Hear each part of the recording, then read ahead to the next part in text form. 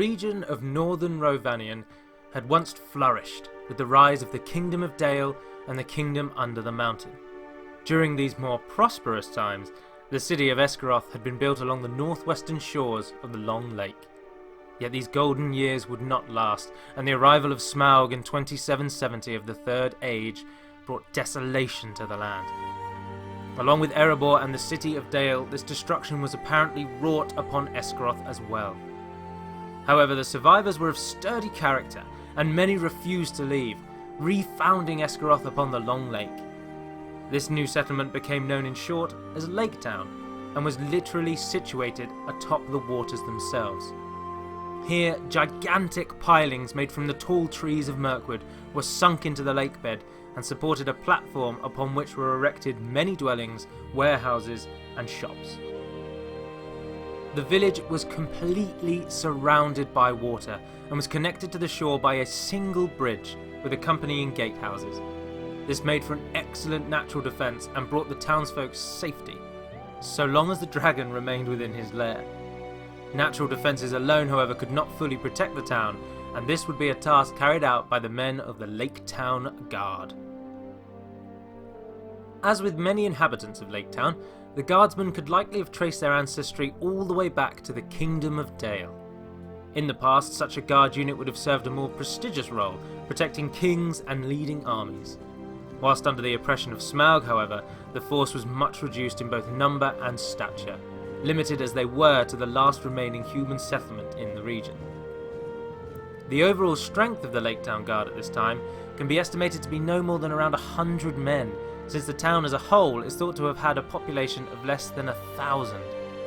As is always the case, our numbers will be conjectural, but it seems sensible to conclude that no more than 10% of the townsfolk would have been enrolled in the Guard.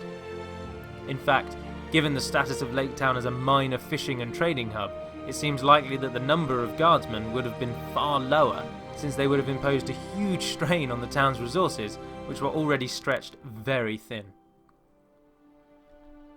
As for the status of the Guard, we can also conclude that it was diminished in these times. Militarily, Laketown did not have the strength to go on the offensive and was more preoccupied with defence. As such, the Guard served as more of a primitive police force, controlling access to the town and maintaining public order within. They would have done so whilst under the authority of the Master of Laketown, and it's interesting to note that this position was actually an elected one, and that the settlement appears to be the only example of a functioning republic in Middle-earth. The equipment of the Laketown Guard was geared towards their duties as sentries and peacekeepers, which involved long hours spent outside in the cold. As a result, their garb would have been relatively similar to warriors throughout history who have faced such conditions. Of primary importance would be layering. First, the guardsmen would have put on a long-sleeved tunic. This would be followed by various pieces of armour, such as a mail coat and perhaps a breastplate. On top of this, they might add an additional tunic with decorative elements. And finally, a cloak and furs would be worn as a windbreaker and insulation layer. The legs would certainly be kept warm by a pair of trousers, with the possible addition of leg bindings. Socks and closed-toed boots were also absolutely necessary for keeping one's feet warm. To top it all off, a helmet lined with fur would be added for both comfort and protection from the cold northern weather. In terms of weapons, it is unclear if there was any standard. Arms likely range from spears, swords, long daggers and bows.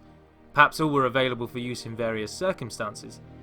And defensive equipment is similarly unspecified, but we can once again assume that standard pieces such as shields were probably readily available. To get a better understanding of this gear, it will be important to learn how it was produced. Laketown was relatively poor, and thus the equipment of the Guard would have primarily come from a variety of outside sources. One such source would be the past. As we have mentioned, the population was once closely associated with the nearby kingdoms of both Dale and Erebor, and many pieces of arms and armour were surely passed down from that time. In particular, dwarven metalwork would likely have been a prized possession, especially any that actually fit a full-grown man. In addition, the patterns and colours of these ancient relics probably also made their way into the outfit of the Guard, who were eager to show off their rich heritage. However, the rare and assorted nature of the hand-me-down equipment meant that lots of items were still sorely needed. The rest of a guardman's panoply was therefore sourced from trade. Historically, Laketown had traded with the elves of Thranduil's woodland realm, the dwarves of the Lonely Mountain and the Iron Hills, and finally the men in Dale and Dorwinion far to the south. Possibly to some extent with the Easterlings in times of peace as well. Such a large assortment of trade partners meant that a wide variety of goods could be acquired. At the same time, we must also remember that in a republic, the Guard did not necessarily have the political support for purchasing expensive and exotic materials. Ultimately, it is likely that trade was more focused on procuring basic necessities, and any equipment that the Guard acquired through such means would have been very basic. During Smaug's slumber in Erebor, the Laketown Guard played the typical role of just about any other city guard. As we mentioned, this largely meant controlling access to the town and maintaining public order. Though we should probably note that these took a slightly atypical form owing to the unique nature of Laketown itself. For instance, entry into the town was not simply a matter of manning the walls and watching the gate. Instead, the guard would be stationed along the perimeter quays and at the Great Bridge. Access could also be controlled by barricading small streets and isolating sectors of the town. This might be done when facing an external threat or perhaps even an internal one, such as rioting.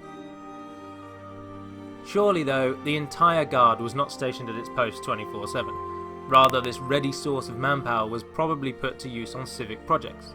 Such was the case in Rome, where the Praetorian Guard often helped with tasks ranging from map making to engineering work.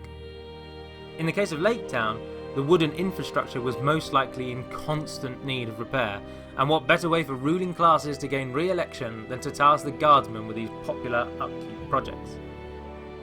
In 2941 of the Third Age, the Guard would receive their ultimate test, when the great dragon Smaug attacked. Flying above, he set the town ablaze in a violent act of retribution. It appears that a company of archers and spearmen, presumably from the Guard, were the first to fight back. However, their brave efforts were very ineffective, and the guardsmen turned to fighting the fire as the inhabitants evacuated. Ultimately, it would be the famous Bard the Bowman who, with a well-placed black arrow, slew the great beast. Unfortunately, Smaug crashed into the town itself and completed its destruction with his own death. The surviving townsfolk huddled in the cold and watched their homes burn from the shores of the lake. Still unbroken, they rallied behind their new leader, Bard, and set about rebuilding their lives. Half the population resettled Dale, while the remainder refounded the city of Esgaroth further up the waterline to the north. These efforts were funded by gold from Smaug's very own treasure trove, and the inhabitants also applied lessons learned from their recent experiences, building the town to be less susceptible to fire and expanding their military at the same time. During this revival and ensuring prosperity, the Laketown Guard was surely raised to new heights and saw significant reforms. However, the region was once again under threat upon the outbreak of the famed War of the Ring. An army of Easterlings from Rhûn invaded, bringing devastation to the lands. In the consequential and bloody Battle of Dale that followed, we can imagine that the Laketown Guard once again answered the call to arms, fighting bravely in defence of their homes.